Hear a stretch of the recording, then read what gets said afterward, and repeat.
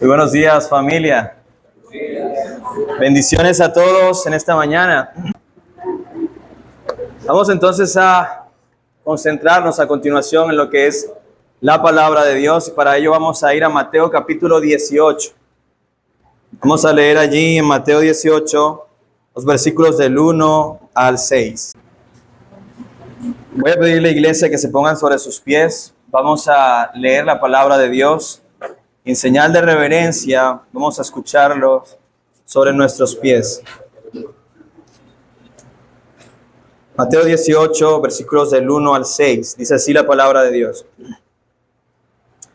En aquel momento se acercaron los discípulos a Jesús diciendo: ¿Quién es el mayor en el reino de los cielos? Él, llamando a un niño, lo puso en medio de ellos y dijo: En verdad les digo que si no se convierten y se hacen como niños, no entrarán en el reino de los cielos. Así pues, cualquiera que se humille como este niño, ese es el mayor en el reino de los cielos. Y el que reciba a un niño como este en mi nombre, me recibe a mí. Pero el que haga pecar a uno de estos pequeñitos que creen en mí, mejor le sería que le colgaran al cuello una piedra de molino de las que mueve un asno y que se ahogara en lo profundo del mar. Amén. Allí donde está de pie, incline su rostro un momento para orar. Buen Dios, gracias por tu palabra que ha sido hoy escuchada por nuestros oídos y nuestra alma, Señor, para la transformación de nuestra mente. Gracias por hablar hoy a tu pueblo, oh Dios. Santifícanos con tu verdad, oh Señor, y purga de nosotros todo pensamiento mundano, egoísta y altivo, para que podamos cada día ser humildes y mansos, como nuestro Señor nos dio ejemplo. Muéstranos a Cristo en este pasaje, Señor.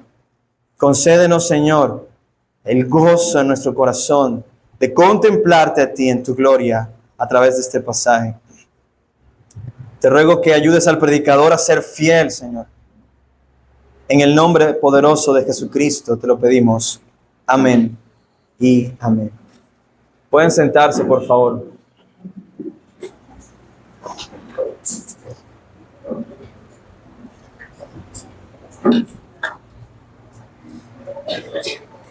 ¿Quién es el mayor en el reino de los cielos? Esa no es una pregunta cualquiera. No es una pregunta inocente. Es una pregunta que tiene una intención particular en el corazón de quien la hace. Es como quizás cuando un niño le dice a su papá: ¿a quién amas más? Un niño normalmente no diría esto.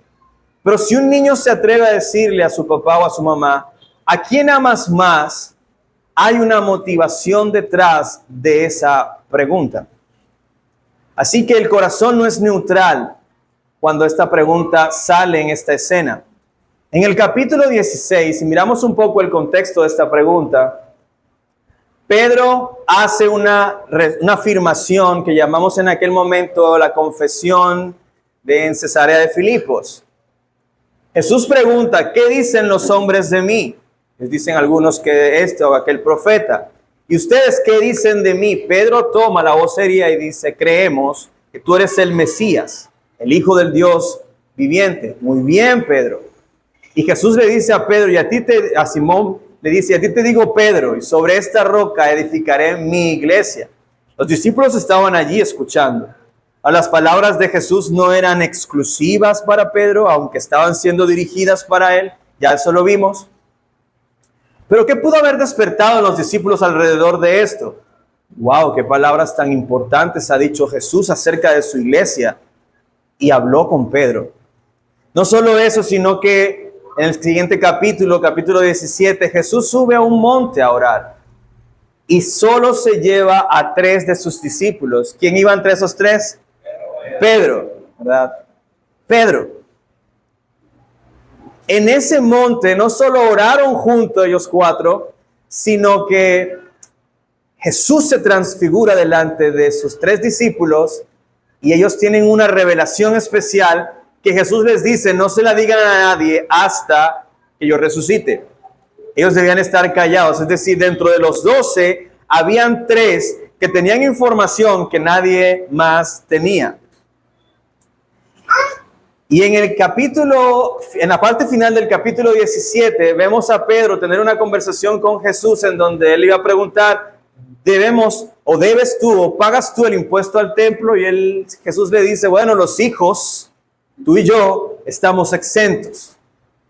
Pero para no escandalizarlos, ve al mar, toma un pescado, el primero que pesque, saca de la boca del pez un ciclo y paga el impuesto por ti y por mí. Oye, ahí parece que hubiese una preferencia particular hacia Pedro. ¿Por qué con Pedro? Y no solo con Pedro, ¿por qué con Juan y Jacob? ¿Qué pasaba? ¿Será que hay alguna clase de preferencia de parte de Jesús hacia los discípulos? ¿Está la élite de la élite? El círculo más íntimo, hermanos. Yo he escuchado personas ofenderse porque aquí en la iglesia a veces hay rosquitas, ¿verdad? Y entonces, no, es que es de la rosca del pastor, o es de la rosca de fulanito. Todo el mundo tiene roscas, ¿no? Así que no me vengan a decir a mí que yo tengo rosca. Pero aquí surge una pregunta que no sabemos quién la dijo. Si la dijo Pedro, a lo mejor él estaba pensando, dile públicamente a esta gente, ¿quién es el mayor entre tus discípulos? Y si no la dijo Pedro, probablemente los discípulos estaban ahí debatiendo y diciendo, ¿quién es el mayor?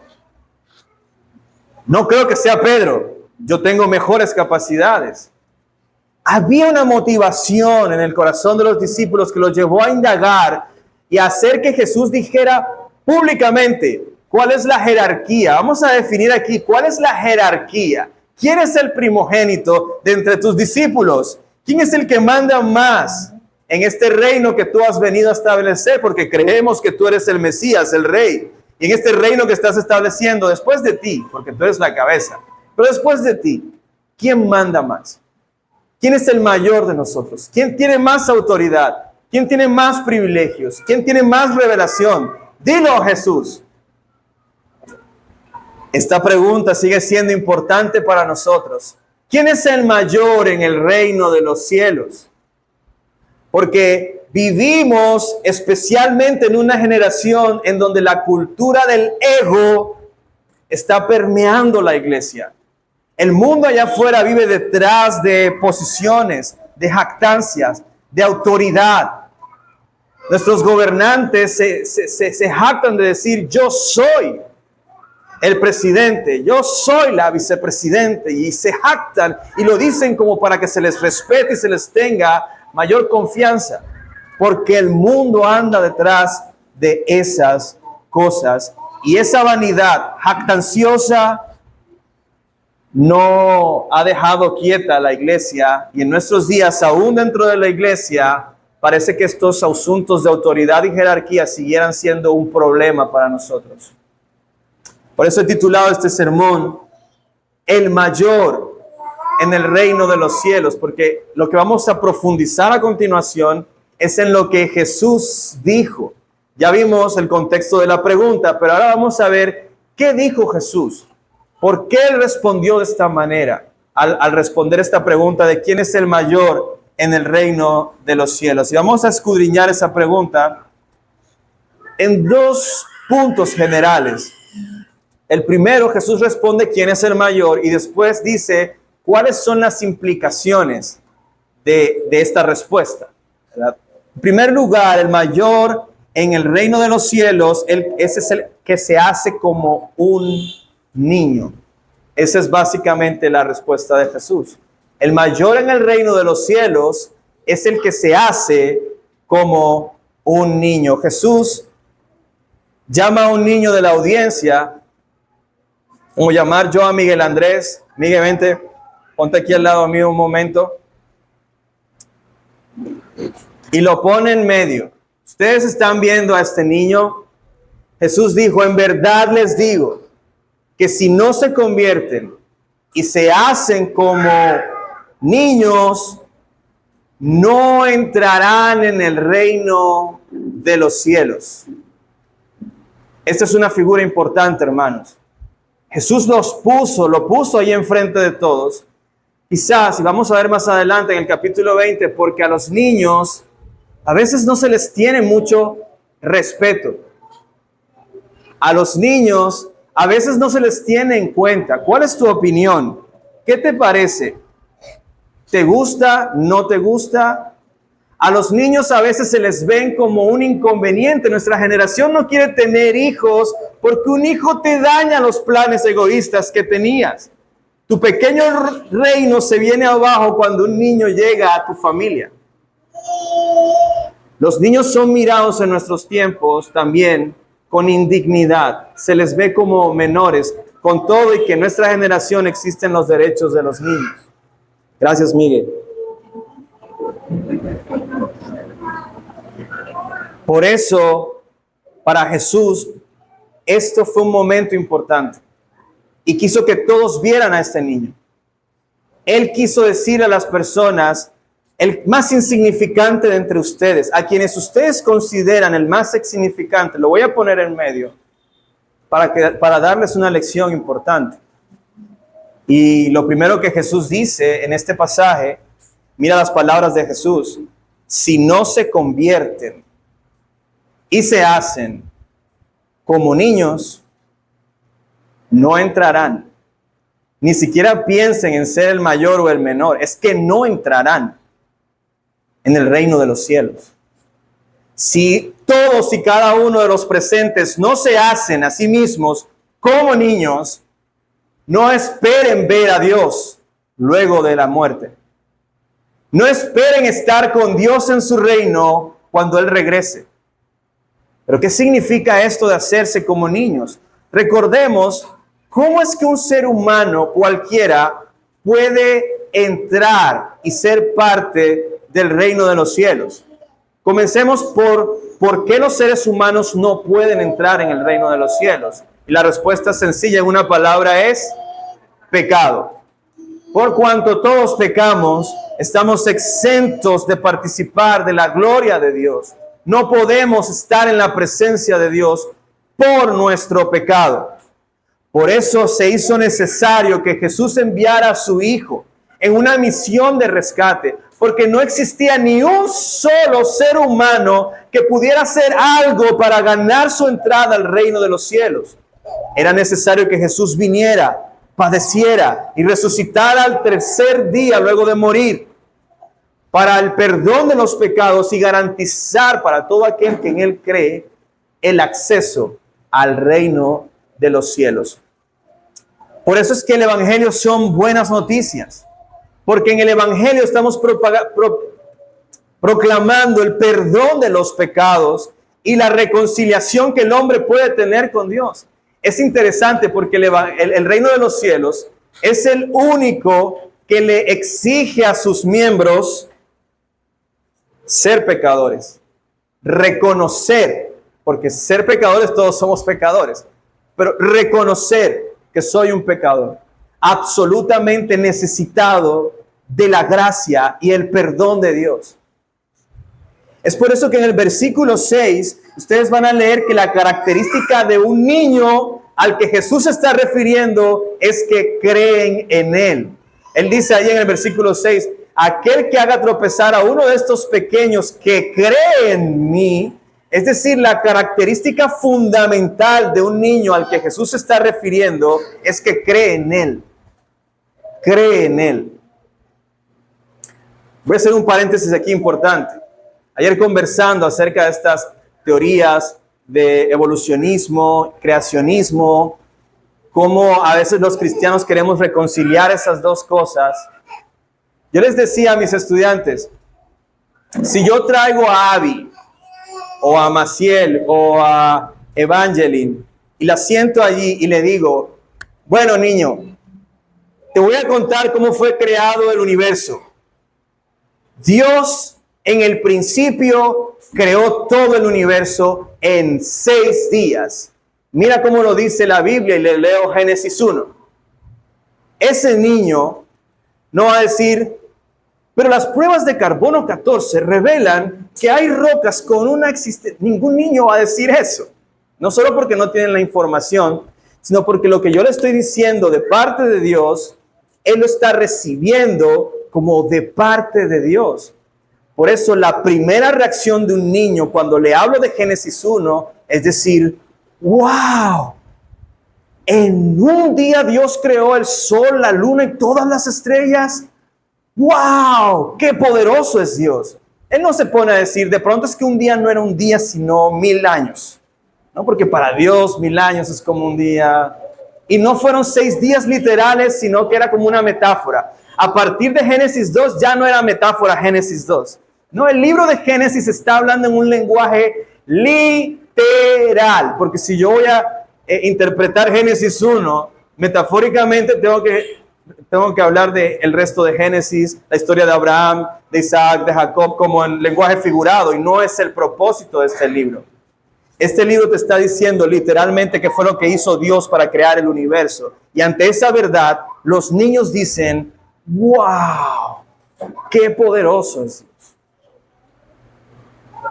Por eso, aquel que está escuchando el evangelio hoy por primera vez quizás, y reconoces que eres un pecador que necesita a Dios y que Dios envió a su Hijo al mundo para que muriera en tu lugar y al resucitar te diera a ti, si crees hoy en Él, vida eterna, lo que Jesús demanda de ti es que respondas con un ¡wow! ¡Qué poderoso es Dios! Y qué grande salvación ha venido a darnos.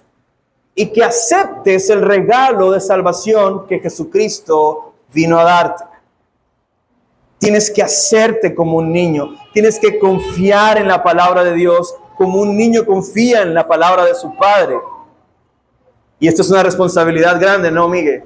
Porque si tú le dices a Miguel Andrés, papi, hoy vamos a comernos unos chicharrones con yuca, Miguel Andrés te lo va a recordar todo el día, porque mi papá me lo dijo. Y así mismo, si nuestro Padre Celestial lo ha dicho, como niños, yo creo que yo fui justificado porque Jesús murió por mí. Porque mi Padre me dice que Él envió a Jesús a rescatarme, para adoptarme y hacerme su hijo si pongo mi esperanza en Jesús.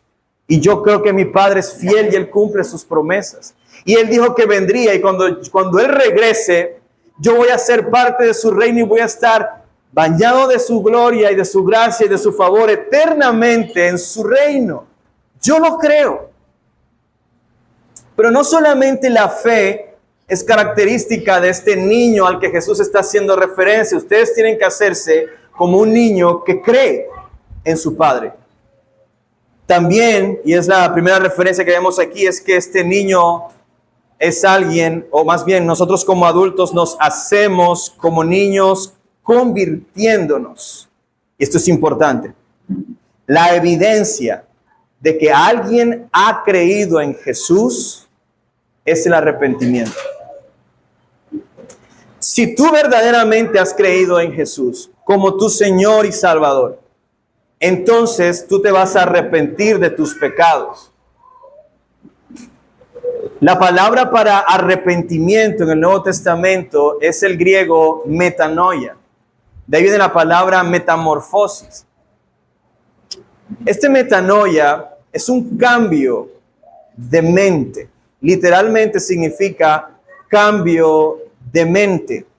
Es un giro en mi forma de pensar que conlleva una transformación en la actitud y conducta de la persona. De tal manera que antes yo vivía aborreciendo a Dios y amando mi pecado. Pero al poner mi fe y esperanza en Jesús, ahora con un nuevo corazón, yo amo a Dios. Sé que no lo merezco, pero no puedo dejar de amar a Dios y aborrecer mi pecado. ¿Sí ves el cambio? Antes yo amaba mi pecado y aborrecía a Dios, por lo menos así vivía, pero ahora amo a Dios y aborrezco mi pecado. Me duele pecar, no quiero pecar para no ofender al Dios que ha rescatado mi vida.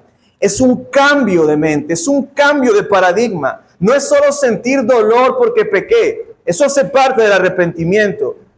Pero el arrepentimiento es la decisión de volverse a Dios y vivir de una manera diferente a como vivías antes en tu pecado. Eso es arrepentimiento, una transformación. Por eso lo que Jesús está demandando de sus discípulos y de todo aquel que escucha el Evangelio es que si en verdad tú has creído en Jesús para entrar en el reino de los cielos, entonces debería evidenciarse tu fe con tu arrepentimiento. Porque decir de palabras solamente que creo en Jesús, allá afuera hay mucha gente que dice que cree en Jesús, pero no viven de una manera diferente. Por lo tanto, la fe verdadera no solo va a confesar a Jesús como Salvador, como Señor, sino que su arrepentimiento va a evidenciar que ha creído. El mundo, hermanos, vive con una manera de pecar, como dice el autor bíblico, pecaminosamente pecadora, impíamente impía. O sea, si hay algo impío, esa es la cultura del mundo. Allá afuera, la inmoralidad sexual es fiesta, es risa. Y no importa si el niño canta ese tipo de canciones con ese contenido explícito. Así no debe ser entre nosotros. Nosotros no seguimos la agenda de este mundo. Allá afuera la gente está escucha esto, está muy preocupada por el título. Necesito ese certificado. Necesito ser abogado. Y cuando somos abogados no es suficiente. Ahora yo no digo que uno no quiera superarse, estudiar, trabajar. Eso está bien. Pero si la motivación de tu corazón es el título, es que quiero ese puesto. Es que usted me tiene que respetar porque yo soy ingeniero. Usted me tiene que respetar porque yo soy el juez de esta corte. Usted me tiene que respetar porque yo soy el médico al frente de esta unidad. Porque yo soy el director de esta organización. Porque yo soy el CEO. La gente allá afuera anda preocupada, angustiada, ansiosa en gran manera por títulos y autoridad. Lo puede ver usted en los gobernantes que actualmente están en nuestro país. Para ellos, la autoridad lo es todo. Buscan siempre una posición, un título, un nombre, prestigio, autoridad. Las personas en el mundo viven tras estas cosas. Por lo tanto, los discípulos debían convertirse de esa manera de pensar y hacerse como niños. Porque los niños son lo contrario a esa manera de pensar. ¿Qué los llevó a ellos a preguntar quién es el mayor? Yo quiero autoridad, yo quiero posición, yo quiero que me des el nombre, quiero ser el apóstol de los apóstoles. Vivimos afanados tras esas cosas. No, yo no sirvo porque yo no soy líder de tal cosa. Yo no quiero estar porque me tienen que dar un título, me tienen que pagar tanto para poder hacer ese trabajo. No me gusta el voluntariado porque cuando yo hago algo quiero que me recompensen, quiero que me aplaudan y digan, oh hermano, qué buen trabajo haces en la iglesia. Si esa es la motivación de quien quiere servir en la iglesia, entonces está pensando como el mundo y no como un niño. Un niño disfruta de su casa. Un niño disfruta de la relación con sus padres. Convertirse como un niño entonces no es volverse un inmaduro. No, porque hay que ser como niños, entonces simplemente seamos inmaduros. No, eso no es lo que Jesús está diciendo. Convertirse en un niño consiste en vivir en una humilde dependencia que es total de Dios. No solo para la salvación, sino para la vida en este mundo. Miguel Andrés, a quien ustedes vieron aquí al frente, no tiene cómo mantenerse él mismo. Él en estos momentos, en su patrimonio personal, como individuo, no tiene un peso. Bueno, a menos que tenga una alcancía. Pero ustedes entienden. Él no puede generar su propia provisión. Él necesita de sus papás. Yo no puedo poner a Evangeline a vaya, rebúsquese usted su comida, caramba. Floja. No, no puedo. Porque ¿qué puede hacer una niña de la edad de Evangeline? ¿Qué trabajo le van a dar que le dé para su propio sustento? Ninguno. Un niño pequeño necesita a sus padres, depende completamente de sus padres para su provisión, para su sustento, incluso para vivir. Hay algunos bebés aquí de brazos y esos bebés, decíamos un comentario en estos días, uno de los primeros años de vida en realidad vive salvándoles la vida a esos peladitos. Si fuera por ellos, se desnucaran, se cayeran, le pusieran un trinche al enchufe, ya hubieran perecido si uno como papá no está ahí vigilando y cuidándolos. Así viven los discípulos de Cristo, dependiendo en todo de Dios. Y esto no es exagerar, porque Jesús les dijo a sus discípulos: yo soy la vid y ustedes son los pámpanos, de tal manera que separados de mí, nada pueden hacer. No solo no pueden entrar en el reino de los cielos, no pueden hacer nada que agrade a Dios. Ustedes necesitan estar pegados a mí, como la rama está pegado al tallo en una vid. Así necesitan ustedes depender de mí en toda su manera de vivir. Por tanto, el cristiano ya no piensa en es mi vida, mis reglas, es mi cuerpo, mis reglas. Yo hago con mi vida lo que yo quiera. No, usted ahora le pertenece a Jesús y sin Jesús no puedes hacer nada. Lo necesitas, dependes de Él para todo, para todo. Un niño no puede salvarse a sí mismo, necesita que lo salve. Asimismo, un ser humano no puede salvarse a sí mismo, necesitan que lo salven. Un niño no busca prestigio porque no solamente sabe que separado de Dios no tiene nada y nada puede hacer, sino que sabe que está unido a Dios y está tranquilo. Miguel Andrés no se acuesta en la noche pensando: ¿qué comeré mañana? ¿De dónde voy a sacar yo para la comida de mañana? Eso está resuelto. Él no se mortifica. Papá y mamá están a cargo. Así el Hijo de Dios no se preocupa por estas cosas. Y Jesús les dijo: no estén afanados por estas cosas. Tengan paz, tengan calma, no estén ansiosos, porque la gente del mundo anda ansiosa buscando estas cosas. Ustedes tienen un Padre que los ama demasiado. Si ustedes como padres saben dar buenas dádivas a sus hijos cuando se las piden, ¿cuánto más Dios no les dará a ustedes lo que necesitan? Un hijo de Dios vive así, como un niño que depende de su papá, tranquilo, porque papá está en cuidado y en control. Por eso, a todo aquel que no es cristiano, que está aquí escuchando este sermón, quiero invitarte a que aceptes hoy la oferta que Jesús está haciendo a tu alma. Tú no tienes por qué vivir como un huérfano en este mundo. No tienes por qué vivir como alguien sin Dios, alejado de Él. Él hoy te está invitando a que vengas a Él, a que te acerques. A lo mejor tú puedes estar pensando: tú no sabes lo pecador o lo pecadora que yo soy. Yo no lo sé, pero Dios sí lo sabe, y aún así te sigue extendiendo la invitación para que vengas a Él. Él puede perdonarte. A ti, independientemente de tu pecado, Dios puede perdonarte. Él vino a rescatar a pecadores como tú y como yo, para hacernos parte de su familia, a quienes Él ha prometido cuidar como la niña de sus ojos. Así que cree en Jesús y arrepiéntete de tus pecados. Transforma tu vida. Deja a un lado tus pecados y acércate a Dios. Recibe hoy el mensaje de Jesús. Cree en Él. Cree que Él es el Salvador para ti. Lo demás, Él se encarga.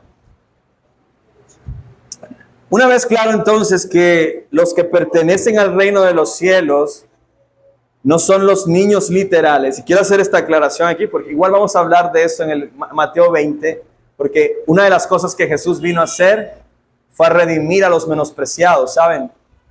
Las mujeres y los niños eran menospreciados en la comunidad hebrea de ese tiempo, en la comunidad romana también. Los niños no tenían ni siquiera derechos legales y civiles en la comunidad romana. Hasta que no fueran productivos, no tenían derecho. Ahora, Jesús viene a transformar estas cosas. Jesús viene a poner al más pequeño como un ejemplo de lo que Él vino a hacer. Yo creo que el niño que Jesús tomó y puso en medio, estoy convencido que era creyente. Pero todo niño, eso no quiere decir que todo niño sea creyente.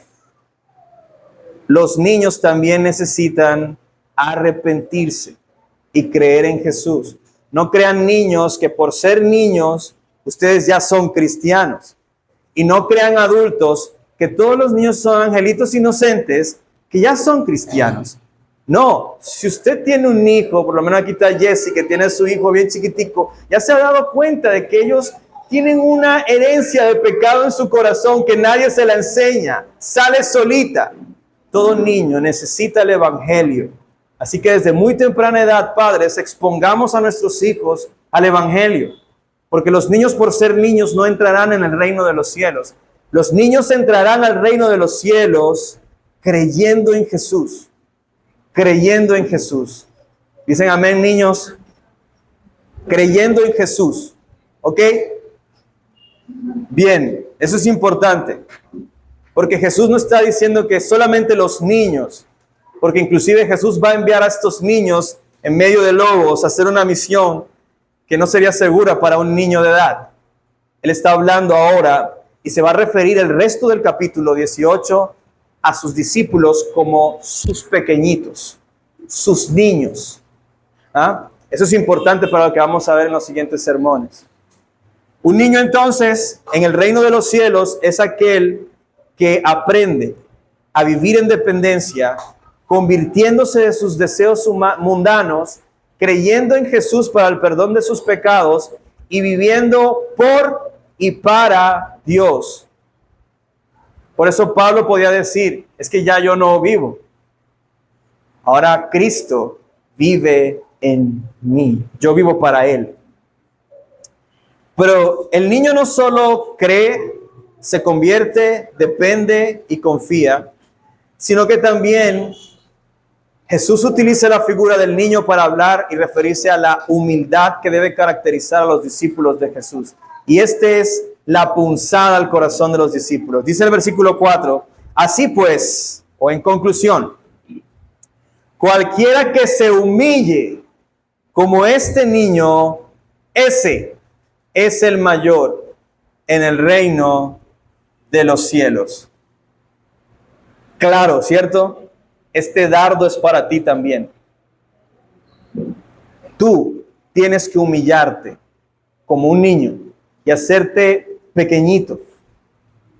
No solo para entrar en el reino de los cielos, sino que entre más te humilles, más grande eres en el reino de los cielos. En la sociedad judía, probablemente pasaba lo que quizás en alguno de sus hogares ha pasado, por lo menos en mi casa. Mi papá era guayú y él tenía sus costumbres raras a veces también. Él tenía un dicho que creo que era algo familiar, no estoy seguro. Él tenía un dicho de que cuando estábamos reunidos varios y había que hacer algún servicio en la habitación o en el lugar, por ejemplo, ir a hacer un mandado, ir a traer el café o arreglar algo allí mismo, el menor debía servir a los más grandes. Usted es el menor, vaya. Usted no se imagina cuántas veces fui yo a la tienda diciendo, ¿por qué soy el más pequeño en esa reunión? Me trajeron fue para ser mandados, porque el más pequeño debía servir a los demás. Lo que yo no sabía es que eso me estaba haciendo grande, porque yo estaba sirviéndole a todos. Uno como niño no lo ve así. Uno como niño dice, qué humillante tener que servir a los demás. Mamá, ¿por qué no envías a fulanito? Usted es más pequeño. Él está ocupado. O bueno, si son muy pequeños tus hermanos, me pasó como hermano mayor, yo incluso después de casado hago mandados. Me toca hacer, yo me casé para no hacer más mandados y sigo haciendo mandados. Aleluya, gloria al Señor. El Señor sea bendecido esta mañana. Dios es bueno, porque tenemos que aprender a humillarnos. A nadie le gusta servir. Todos quisiéramos pasar relajados sin tener que servir a otros. Y es humillante ser el más pequeño. Yo creo que el ejemplo en la escritura vemos, por ejemplo, a José, que cuando Jacob tenía que mandarles una provisión y vaya a darse cuenta que están haciendo sus hermanos, el José tenía que dejar lo que estuviera haciendo para ir a pegarse tremenda caminada a buscar a sus hermanos. David, cuando su papá Isaí lo mandó a llevarles unas comidas a sus hermanos que estaban en la guerra con los filisteos, David tenía que dejar lo que sea que estuviera haciendo para ir a llevarle la comida a sus hermanos. Los niños, o hubo niños que crecimos siendo los mandaderos de la casa. Pero luego tú vienes y lees un capítulo como el de Juan 13 y tú dices, esto es oro puro. Porque resulta que Juan 13, si usted conoce ese capítulo, ya se estará asombrando. Resulta que cuando había una cena, en este caso la Pascua, y las personas se reunían a cenar, el anfitrión tenía un esclavo, un sirviente, que venía con una toalla y un recipiente, una ponchera. Las poncheras no son de aquel tiempo. La tinaja, ¿verdad? La vasija. Y le lavaba los pies a todos los invitados. Ahora, ¿de quién era la casa donde ellos estaban reunidos? Pues el anfitrión no estaba allí. O sea que le tocaba a cualquiera. Si yo hubiera estado entre los discípulos, yo hubiese pensado, por la costumbre, ¿no? ¿Y quién va a lavar los pies? Yo no. Yo no quiero lavar pies. ¿Sabes lo que camina Jesús? ¿Tú sabes lo que caminaron estos discípulos? El arenero que tienen entre las uñas. Yo no quiero limpiar esos pies. Sin embargo, sin decir nada, y el capítulo 13 comienza diciendo, sabiendo Jesús que iba a ir al Padre, amó a sus discípulos y los amó hasta el final. ¿Y qué es lo que dice inmediatamente después? Que Jesús tomó esta vasija, se puso la toalla y le lavó los pies a todos y cada uno de sus 12 discípulos. Jesús no era el más pequeño en esa habitación. Él era el más grande. Sin embargo, se humilló haciéndose como el más pequeño, el esclavo más insignificante, el que usamos humillantemente para lavar los pies a los invitados. Jesús se hizo como ese esclavo. Y se levantó y les dijo a los discípulos, ustedes vieron lo que hice, ¿verdad? Ustedes me llaman a mí Señor y Maestro, y lo dicen bien porque yo soy su Señor y Maestro. Así que, como me han visto a mí hacerles a ustedes, les he modelado para que sigan mi ejemplo y ustedes aprendan a servirse los unos a los otros así de humillantemente.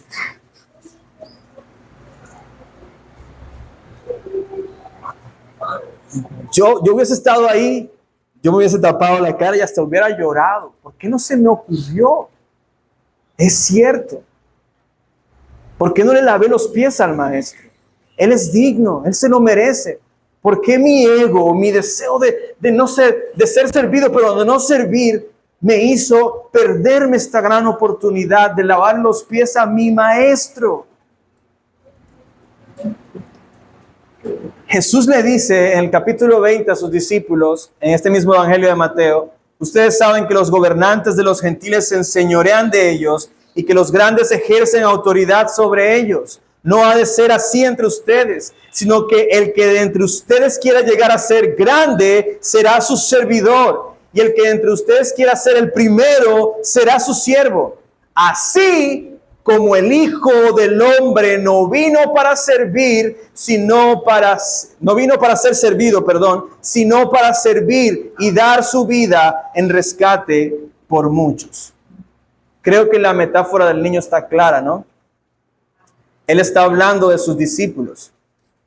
Ellos se han arrepentido de su pecado, se han vuelto a Dios, han creído en Jesús, se humillan y reconocen humildemente, que dependen en todo del Señor y ahora viven por Él y para Él, con una disposición humilde de servir a los demás. Pregunta, ¿esa es tu disposición hoy? ¿Estás pensando en formas como servir a los demás? ¿O estás ignorando esa parte? Servir a otros es humillante. Pero el Rey más grande, el Rey de todas las naciones, el Señor de toda la tierra, se despojó de esa gloria para humillarse y dar su vida para rescatarte a ti, que debía servirle a Él. Esta gran metáfora, esta gran enseñanza que es usada por Jesús a través de un niño, es impactante, hermanos, porque nosotros no somos como niños, no es nuestra naturaleza humana ser como niños.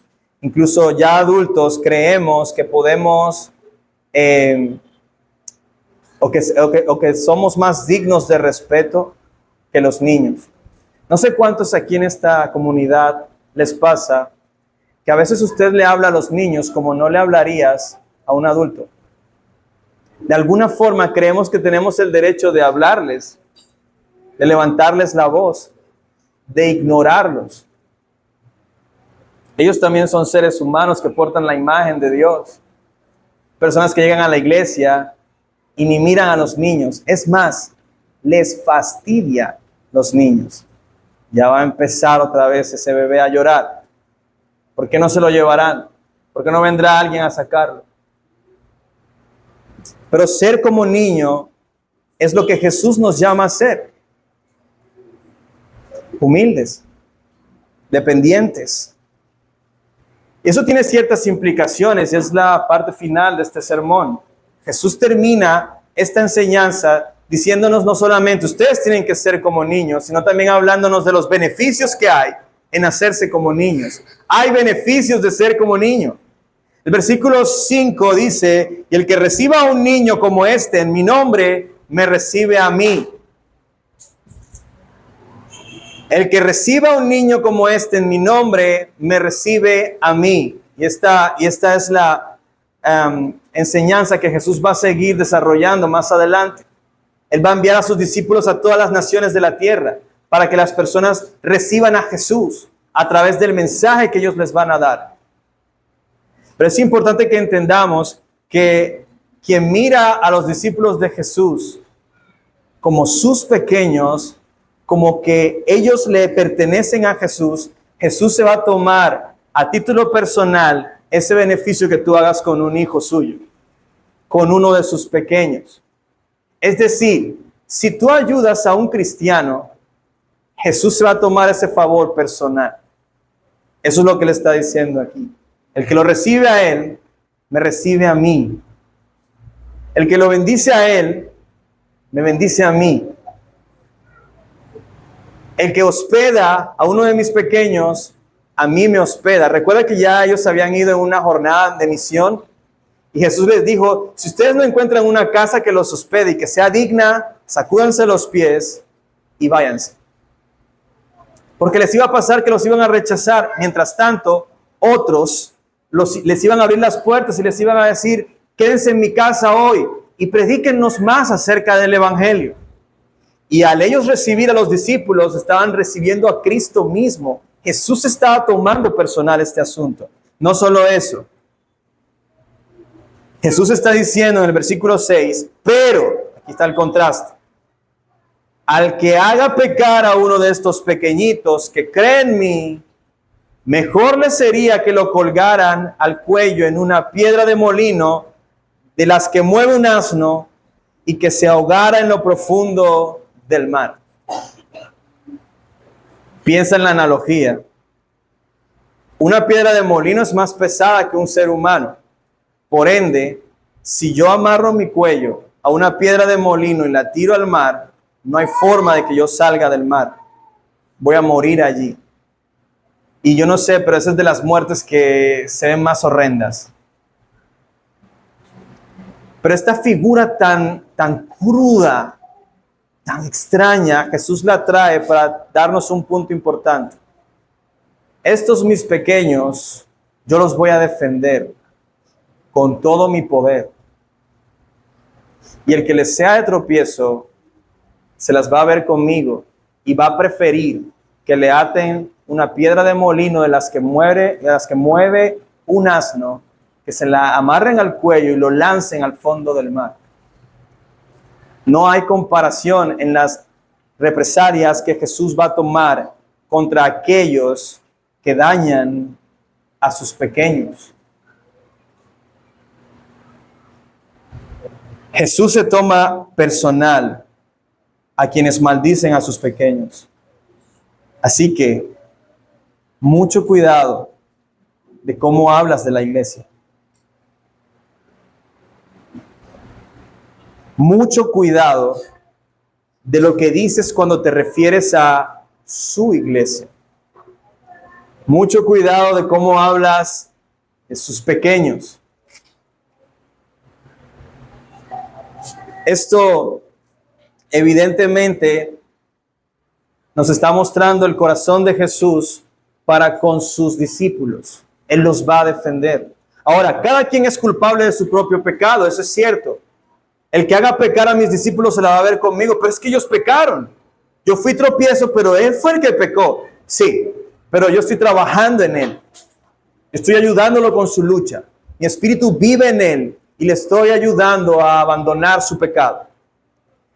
Yo le he garantizado perdón cada vez que confiese su pecado y se aparte.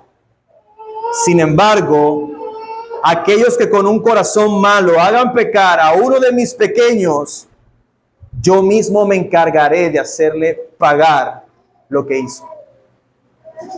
Y esta es la apertura para el siguiente sermón donde Jesús va a hablar de ay de los tropiezos y del mundo. Pero el punto aquí, hermanos, es que Jesús está tan unido a sus discípulos que es como si lo ofendieran a él lo que le pasa a los discípulos. ¿Recuerdas cuando Pablo iba camino a Damasco persiguiendo a la iglesia? Él estaba abusando de la iglesia, los estaba metiendo en prisiones, los estaba tratando de herejes. Había toda una campaña incluso de si era necesario matarlos. Y Pablo se encuentra con Cristo mismo en el camino a Damasco. Y cuando Cristo lo llama, Saulo, Saulo, ¿por qué me persigues? Jesús no dijo, ¿por qué persigues a mis discípulos? ¿Por qué persigues a mis pequeños? ¿Por qué persigues a mi iglesia? Todo está correcto, pero es que las palabras de Jesús fueron, ¿por qué me persigues? Esto debe darnos gran consuelo, hermanos, porque como cristianos vamos a vivir en situaciones, en retos diferentes en este mundo caído. Pero contamos con un hermano mayor que camina con nosotros porque le pertenecemos y él personalmente cuida de ti. Él personalmente cuida de ti. Eso es como cuando uno es el hermano menor, ¿verdad? Y se están metiendo contigo en el colegio. Te están haciendo bullying. Y tú llevas ese día a tu hermano mayor que se ve así tipo Enrique o Miguel, así que llegan grandísimos. Es mi hermano mayor. Mejor ni te tocamos. Así debe vivir un discípulo de Jesús que es como un niño. Así que hoy aprendimos que en esta pregunta de los discípulos acerca de quién es el mayor en el reino se estaba evidenciando la lucha que ellos tenían con su propio ego, viviendo quizás o pensando quizás como piensa la gente del mundo. Pero en la respuesta de Jesús vemos algo que muy probablemente ellos no se esperaban. Jesús les enseña que el que quiera ser el mayor debe hacerse como un niño, convirtiéndose de su orgullo pecaminoso a una humilde dependencia a Dios, confiando en Él, dependiendo en Él de todo y por todo, sabiendo que Él mismo personalmente cuida de sus pequeños, como un padre cuida de sus hijos. Oremos.